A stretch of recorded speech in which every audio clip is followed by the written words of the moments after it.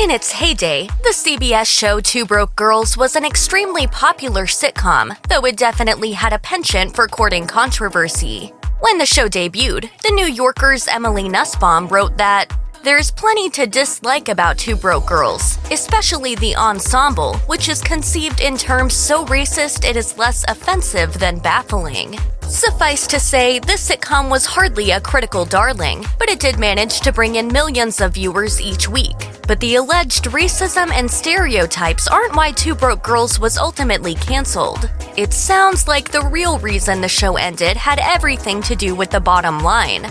As CBS head of scheduling Kelly Call told Deadline in May 2017, Two Broke Girls was a really good show for us for a very long time. Our comedy development this year was very good, and whenever your comedy development is really good, it puts a lot of pressure on some of your older shows. We felt creatively it was time, and we had to create some space on the schedule to get some new product on. There was also the pesky fact that the network didn't actually own the show, which was produced by Warner Brothers Television. According to The Hollywood Reporter, CBS had reportedly considered a 13-episode 7th season for the show, but the network's lack of an ownership proved to be its demise. And since CBS didn't own the show, it didn't earn any profits from the show's syndication. Sounds like that's what sealed the show's fate at the end of the day.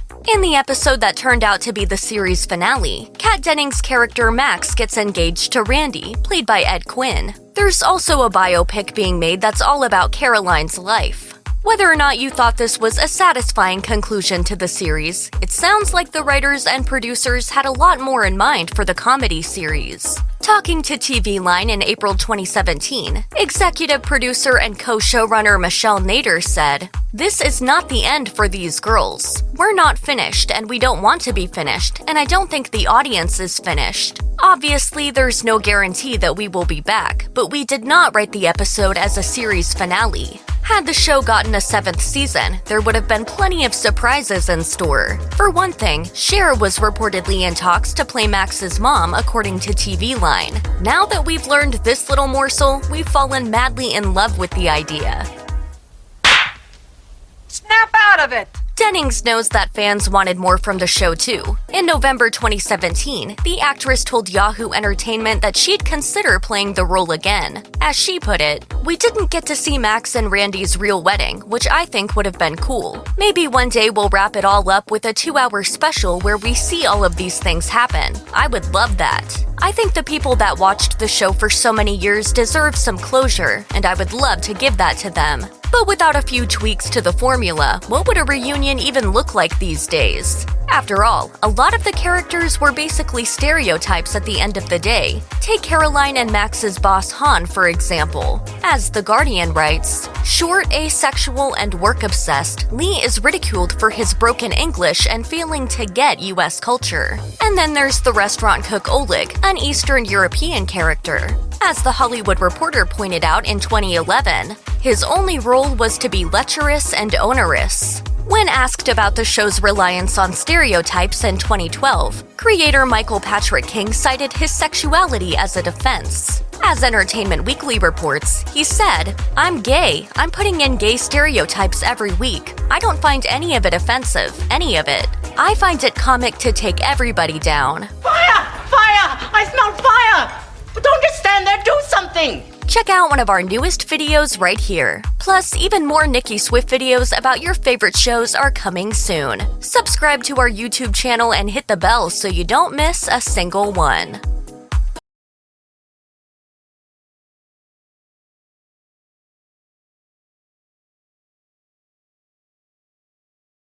Two Broke Girls was a unique CBS sitcom whose 2017 cancellation surprised both its fans and its stars. But there had long been hidden forces at play behind the scenes, which ultimately brought about the show's demise. Here's the story behind why the show was canceled. When Two Broke Girls premiered in the 2011 CBS fall lineup, reviews for the sitcom were decidedly mixed. The Hollywood Reporter declared the show to be a disappointment, conceding it actually had potential but has squandered it away every week on cheap, predictable, and unfunny jokes. Wait, why are we doing this again? Meanwhile, Vulture criticized the show for more than just bad jokes, asking, does it have to be so mean? So order something else, put it in your pie hole, and get on with your damn life. Later that season, a press tour at the Television Critics Association turned ugly as journalists hammered the series' stars and producers about the show's, quote, one-note supporting characters, outdated racial stereotypes, and the dependence on innuendos. And future seasons saw reviews become more pointed. By 2016, the Boston Globe even asked, is Two Broke Girls the worst sitcom on TV? The show featured plenty of characters who some felt were problematic, most of whom made up the diner's supporting cast, which was described by The New Yorker as having been conceived in terms so racist it is less offensive than baffling. Okay, but I would have only one. When I get the tummy, single ladies call me Buddha and rub me for luck. A review in The Guardian went even further, singling out the diner's owner, Han Lee, played by actor Matthew Moy. It read, short and work-obsessed, Lee is ridiculed for his broken English and failing to get U.S. culture. Speaking with the LA Times, Moy defended his characterization, explaining, I know that a lot of people had concerns about Han and the accent, but the comedy on Two Broke Girls always comes from a place of love. It's never mean. We're a comedy, and we often go right to the edge. It doesn't bother me. Beth Bears also spoke out against the criticism, telling Entertainment Weekly, people are always going to have a problem with something. Who's a team player? What? Racist stereotypes and flat jokes weren't the only issues at hand. The show's unabashedly raunchy humor was also a problem for some critics, as crude jokes simply felt out of place on the primetime series. A 2017 piece in the Washington Post called the series the, quote, filthiest show on network television. But Two Broke Girls also made headlines for riling up angry viewers, prompting dozens to issue formal complaints to the FCC. More. Really? Trust me. As Adweek reported in 2014, the FCC logged 91 complaints about the show. One complaint accused the entire show of being full of, quote, explicit language. One pastrami. Can you do me a favor, Dollface? Make it so big and thick you can't get your mouth around it. Can you do that? Yet another complainant asked the FCC, do the writers want to break down barriers to good taste and spew coarse language during family hour? This is your job to try to keep television from becoming a cesspool and allow everyone to enjoy profane-free shows. When Two Broke Girls wrapped season 6, there was no indication that the show wasn't going to be renewed for number 7. After all, ratings had remained relatively solid. According to TV by the Numbers, season 6 of the show was in line with other comedies CBS chose to renew, such as Man with a Plan and Life in Pieces. However, a closer look indicated that, despite seemingly solid numbers, viewership was steadily declining, according to TV series Finale. When the 6th season of Two Broke Girls premiered in October 2016, the episode earned more than 6.3 million total viewers, but the season finale in April 2017 garnered just over 4.5 million. Everything sucks. While ratings weren't the only reason behind the cancellation of the show, shedding nearly 2 million viewers over the course of a season is never good news for a series, no matter the network. Fans of Two Broke Girls were unaware of a behind-the-scenes tug-of-war between CBS, the network that aired the show, and Warner Bros. Television, the studio that produced it. But according to a 2017 report from Deadline, so-called intense negotiations had been taking place between the network and the studio. The sitcom had certainly been profitable for Warner Bros., with Broadcasting and Cable reporting in 2012 that Two Broke Girls had negotiated a deal for syndicated reruns to air on TBS at a record-setting $1.7 million per episode. But CBS had no ownership stake and therefore received none of those profits. Considering CBS canceled the show shortly after the syndication deal, it seems clear the network was influenced by the situation. No, we're businesswomen and we need to keep track of every penny. Still, showrunner Michelle Nader was thrown for a loop when the cancellation news broke and vowed to somehow keep the series going. She told TV Line, "This is not the end for these girls. We're not finished and we don't want to be finished, and I don't think the audience is finished." CBS scheduling chief Kelly Call, who would later be promoted to network president, offered his explanation as to why the show was axed in a 2017 interview with Deadline, saying that Two Broke Girls had simply run its course. According to Call, there were better shows waiting in the wings, he told the outlet. Our comedy development this year was very good, and whenever your comedy development is really good, it puts a lot of pressure on some of your older shows. We felt creatively it was time, and we had to create some space on the schedule to get some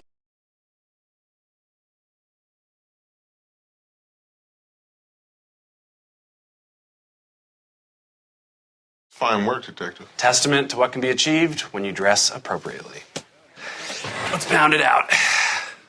It's hard to see now because of how successful it became, but when trailers like that one first teased Fox's Brooklyn Nine-Nine, they didn't exactly inspire a lot of confidence. The series looked like a rehash of some of the oldest and tiredest tropes in the police comedy genre, and the presence of Andy Samberg just made it all seem like an uninspired Saturday Night Live sketch, so nobody was expecting much. Turns out though, subverting expectations would be exactly what made Brooklyn Nine-Nine a classic. Bing! Pot! Nope, I was gonna say bingo, but then I was like, jackpot's better, but then it was too late. I was halfway through the word. Bing pot works. It's taken off. It's taken off. But before we make our case, why not take a moment to subscribe to the Nerdstalgic channel? While working together on NBC's critically acclaimed hit series Parks and Rec, co-creator Michael Schur and writer, director, and producer Dan Gore decided to team up and create a new show. But to quote Schur, "It's hard to find areas in the comedy landscape that haven't been troughed. There hadn't been a major sitcom set in a police station since Barney Miller, so that's what they decided to develop." Once Andy Samberg, fresh off his 7-year run on SNL, signed on to star as Detective Jake Peralta, the show had a smooth ride through the development process. But when the first commercials started to drop, audiences weren't quite sure what to think. What's wrong with you? Never took off the Speedo. Big mistake. It is inside me. Those early glimpses seemed to hint at a series where a cocky, young, white hotshot policeman outsmarts his mostly minority colleagues while playing juvenile pranks on his stodgy old superior. It sort of looked like someone had just cast Samberg in the Steve Guttenberg role from Police Academy, filed off the serial numbers, and then lazily made a series of it. And when the show itself premiered, the opening minutes of its pilot, which depicts Peralta gleefully cracking jokes while his Latina partner, Detective Amy Santiago, diligently works to unravel a case he's already solved, mostly through luck, didn't do much to dispel the impression. But by the end of that first episode, it was very clear that Brooklyn Nine-Nine was just setting our expectations so it could knock them all down.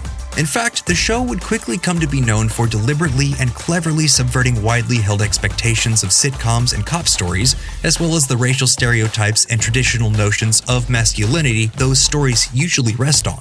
A year ago, my wife and I had twin baby girls. They have adorable chubby cheeks. Ever since, I kind of got scared of getting hurt. The police action usually just provided a framework for reinventing the types of characters and relationships we're used to seeing, and it was all pretty apparent right from the pilot. The first episode found the titular precinct being assigned a new commanding officer, the stoic and extremely formal Captain Raymond Holt. But Peralta's casual attitude, attire, and general disregard for procedure immediately puts him on Holt's bad side. Over the course of the story, the young detective makes several attempts to prove how effective he is, despite being a rule breaker. And he is, in fact, pretty good at his job. Does anyone here know why it's so important to me that you all dress appropriately? 4 highly trained detectives and not one of you can solve this simple mystery. Peralta realizes the captain is right, and his disregard for procedure, specifically his refusal to wear a tie, just alienates his fellow detectives and prevents him from really being part of his team. It's a uniform. We're a team, and the tie is a part of that team's uniform, right? Brooklyn Nine-Nine also made a point to not punch down with its humor. For example, in that same episode, Jake learns that Captain Holt is gay. A lot of comedies of the era would have taken the opportunity to have the hero make a crack at the expense of the captain, or the idea of working with a gay man. But the joke here winds up being that Jake, a trained detective, couldn't figure it out even though everyone else knew, as well as being a headline in the newspaper. Suddenly aware of the string of assumptions he made about Holt based on his stereotype, Jake humbles and becomes more open to what the captain has to teach him. And this becomes something of a model for how relationships on Brooklyn Nine-Nine function. The characters on the show usually treat each other like people with feelings and react to each other with compassion and an openness to growth. At least, they do when it really matters. So instead of spending the stories barking at the hero like a typical angry Black Chief character, the kind so brilliantly skewered in the previous year's 21 Jump Street reboot, it ain't nothing but a stupid stereotype. Well, guess what, motherfuckers? I'm black, and I work my ass off to be the captain. And sometimes I get angry. Holt becomes a mentor and father figure to Jake. Nice work. Good. Thanks, Dad. You just called Captain Holt Dad. What? No, I didn't. I said thanks, man. I believe you. Thank you. Son, you want to talk about it later over a game of catch?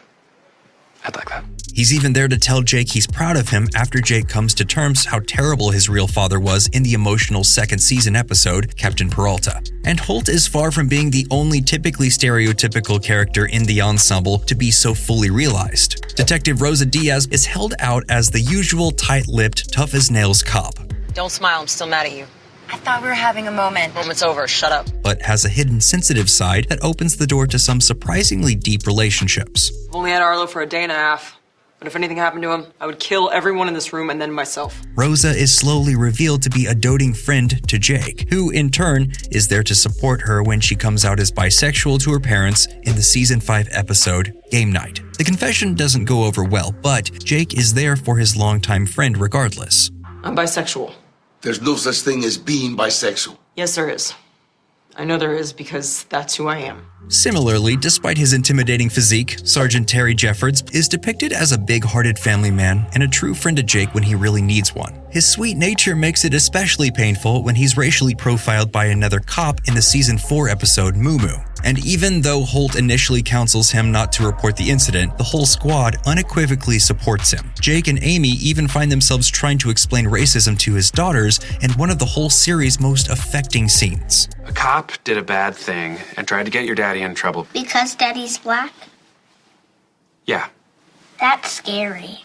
it is scary. But that cop was wrong and what he did was bad. Surprisingly tender relationships between unusually deep characters became one of the major hallmarks of Brooklyn Nine-Nine. Despite being a critical darling, the show was never exactly a ratings powerhouse, so Brooklyn Nine-Nine could have easily turned out to be a flash in the pan. But its subversive treatment of the stereotypes and the unique, heartfelt relationships those subversions enabled deeply endeared it to its fan base. So when Fox canceled the show in 2018, hundreds of thousands of those fans, including celebrities like Guillermo del Toro, Lin-Manuel Miranda, and Mark Hamill, staged a massive social media campaign to save it.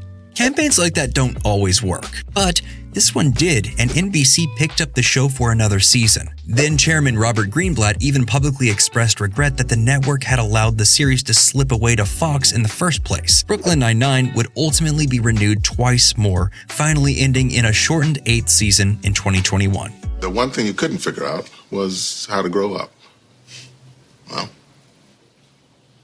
I think you finally figured it out. The point is that by 2013, a show about a juvenile hotshot white guy cop with an angry black chief and a bunch of wacky, often minority co-workers sounded cringe-inducingly old-fashioned, and it shouldn't have worked. Let's go arrest that punk. He says punk just like you. What do you think he learned it? Punk. But by refusing to force its incredibly diverse cast into the stereotypical roles and character tropes usually assigned to them, the series was able to create an ensemble of characters unlike anything audiences could find anywhere else. And then it treated those characters and their relationships with a level of respect that is seldomly afforded to others like them.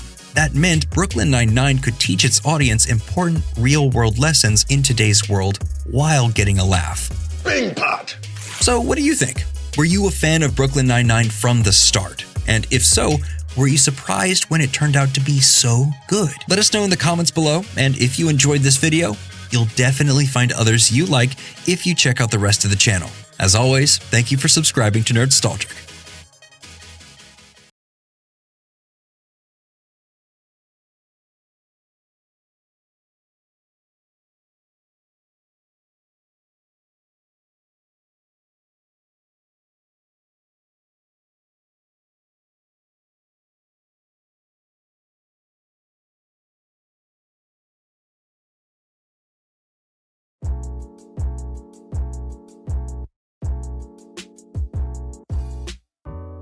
Legacies is the third installment in the extremely popular Vampire Diaries universe. Being a spin-off of two incredibly successful TV shows was always bound to be an immense amount of pressure for any writer, as it's such big shoes to fill. And despite the show's early successes and its predicted popularity, the show completely failed in eyes of fans and the critics. So, what went wrong? I'm Charming Cinema, and today we will be looking at the rise and the fall of the TV show Legacies. Legacies aired in 2018 and starred Danielle Rose Russell as Hope Michelson. This character and actress were introduced in the originals, which was the first spin-off of The Vampire Diaries. Hope Michelson is the daughter of Klaus Michelson, who was such a beloved character in The Vampire Diaries that he got his own show, which was The Originals. The Originals' entire premise was about Hope Michelson's existence. She was the magical miracle child and the most powerful being to ever exist in the universe, and she too quickly became a fan favorite. Giving her her own TV show makes perfect sense, as when the originals ended, there was still so much to see and explore about Hope, which resulted in the creation of Legacies. In addition to Hope, we also have Kaylee Bryant, who played Josie Saltzman, the daughter of Alark Saltzman and Caroline Forbes, and her twin sister, Lizzie Saltzman, played by Jenny Boyd.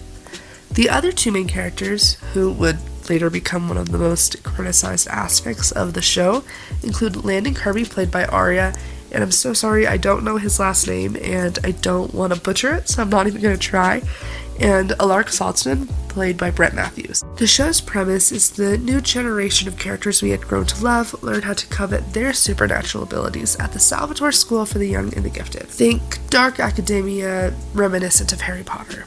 The show had a decently interesting premise and, as explained earlier, a very large preset fan base. So again, what went so wrong with it? I have picked out 5 major reasons why I believe the show has fallen apart and continues to fail episode after episode. So let's begin. Number 1. What happened during the Season 2 and Season 3 hiatus? During the filming of Legacy's second season, the show had to be cut short due to the rise in the COVID-19 pandemic. The season didn't get a real finale and it left fans disappointed. However, people were still excited to see the rest of the season, whenever it would get to air. Legacy Season 3 picked up where the unplanned finale of Season 2 left off, which aired in January of 2021, which means the show was on a roughly 9-month hiatus. After such a long pause in the show's airing, the viewership did drop slightly between the last few episodes of Season 2 compared to the first few of Season 3, but not a huge change, at least not yet. Something else that happened between the Season 2 and Season 3 hiatus, which made a significant impact on the show, was the change in leadership behind the scenes. During the pause, Julie Plec, who was the showrunner and head writer of The Vampire Diaries and the originals and Legacies, she left and signed the show over to co-writer Brett Matthews. The change in writing, the thematic differences, and even the personality difference for the characters between Season 2 and Season 3 were very noticeable. So while many people might have been tuned in for Season 3 premiere, due to these changes, the viewership consistently continued dropping, as many of the things the fans loved about the first 2 seasons just seemed different, and something about the whole thing just felt off. Number 2. Landon Kirby. This video is sponsored by Atlas VPN. We just had the best season of Legacies, and it was the last one. To put this into perspective, let's remember that Legacies was part of the fictional universe known as the Vampire Diaries universe. So the origins of the show trace back to 2009. The show itself is a direct spin-off of the Vampire Diaries spin-off, The Originals. The universe has now ended after 13 seasons, and well, you can guess it, lots of fans are pissed. Amid all the vampire craze going on in the late 2000s, show creator Julie Plec managed to build a vampire world that would stay relevant long after the vampire craze would die down. Her source material? A book series from the 90s by author L.J. Smith. So, quick disclaimer. If you're a fan of Legacies and you love the show, no one's judging you. I'm not judging you. But you're not going to like this video. So this is your chance to exit now. Yes, now. Because, again, you're not going to like what I have to say. I don't think I'm going to be nice about it. I'm not sure yet what I'm going to talk about. But so far, I don't think I'm going to be nice. So this is your warning. Like, I'm not here to just, like, argue with people and tell them that they shouldn't like the show. Because everyone's allowed to like whatever they want. Like, the show wasn't, like, the worst abomination ever or whatever. Okay, I'm just, as a longtime fan of the Vampire Diaries universe, I want to rant about it, and I think that I'm allowed to. So again, if you are gonna get like emotional or like triggered by it or whatever, like just exit this video. It's not for you. But you know, thank you for giving the video a chance if you want to stay, but you have been warned. I will probably not be nice about this. So yeah. Okay, let's get into it. Okay, so the TVD universe has officially ended. Netflix uploaded the 4th season and I'm finally up to date. And I'm not gonna lie, I'm not surprised about the ending, but I'm still really disappointed. In 2017, it was announced that The Originals was ending after its 5th season and we would get our second spin-off of this universe. You can guess it, fans weren't too happy with the news of such a beloved show like The Originals coming to an end. Then and there, the fans already had a negative association with Legacies, directly blaming the character of Hope Michelson for having ruined The Originals and being the cause of its ending. Season 1 airs, and unsurprisingly, it's one of the most underwhelming first seasons out of the 3. But it's also understandable because unlike the originals, we didn't know these characters yet, and the show was still trying to find its ground. Right out of the bat, one thing was obvious: the show wasn't made for the same audience as the older show. On this show, the writers decided to go with a completely different format for this universe, the Monster of the Week format. With this, every week we were introduced to some new mythical creature that had never been seen or heard of before in this universe. Season 2, basically the same thing except a few new additions. For a while, no one remembered Hope, Josie became Dark Josie, and more characters were unfairly being dropped left and right. Season 3 picked up right where Season 2 left off. Still more prison world nonsense. Landon and Hope did the deed, and he dissolved into black goo. They started a season-long back and forth on bringing Landon back to life. We got a new significant addition, Cleo. Hope was forced to activate her vampire side and fully become a trivid, and with this we finally concluded the 3-season-long Malivore battle. And Season 4, well, that's when shit finally got real, and then it ended. Like, it just ended. So, Legacies is a spin-off, which means that there's no way to escape the comparisons, and it's easy to disappoint fans with a spin-off because the expectations from fans that already know a universe is always higher than when the fans have no idea what they're about to watch. What does it take to make a successful spin-off? For one, it's often advised not to rehash the events that just happened on previous shows, and Legacies started off on the right foot there. The main plot of Season 1 Legacies begins 2 years after the events of the original's finale and begins a completely new story that has no relation to either show. Second point, take characters in a different direction. Just like the first point, pretty early on, Legacies took a completely different route than its predecessors. The Vampire Diaries began as the story of 2 vampire brothers entering the life of a girl identical to another woman they both had strong ties with 160 years prior. If you could only define the Vampire Diaries with, say, one phrase, it would probably be brotherhood, love, and happiness. The originals was centered around power and family, and the phrase that would ultimately describe the entire show would be the reunification and downfall of the Michelsons. Now, Legacies, I don't know. I mean, if I had to describe the majority of the show, I could say Malivore. No, I'm kidding. But, like, seriously though, I guess it could be described as a new age for supernatural. I don't know. I probably sound really dumb right now, but yeah. Okay. Point 3. Don't dawdle. In other words, don't waste your viewers' time. This one isn't even up for debate, as we wasted 3 seasons on a terrible villain. Point 4. Raise the stakes. I don't think we need to go any further here either. Legacies out of the 3 shows has been the tamest one. The originals rose the stakes, maybe even too much for Legacies to follow, but nonetheless, the stakes in Legacies weren't even as high as they were in the earlier seasons of the Vampire Diaries.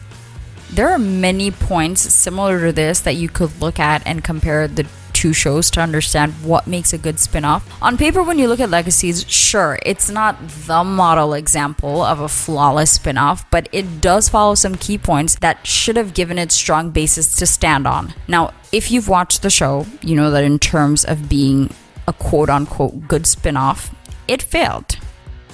First, before we move on, let's talk about Atlas VPN. So I've been traveling this summer, and in my free time, I've been able to catch up on a lot of shows that have just been added to Netflix. Here's the deal though. If you're from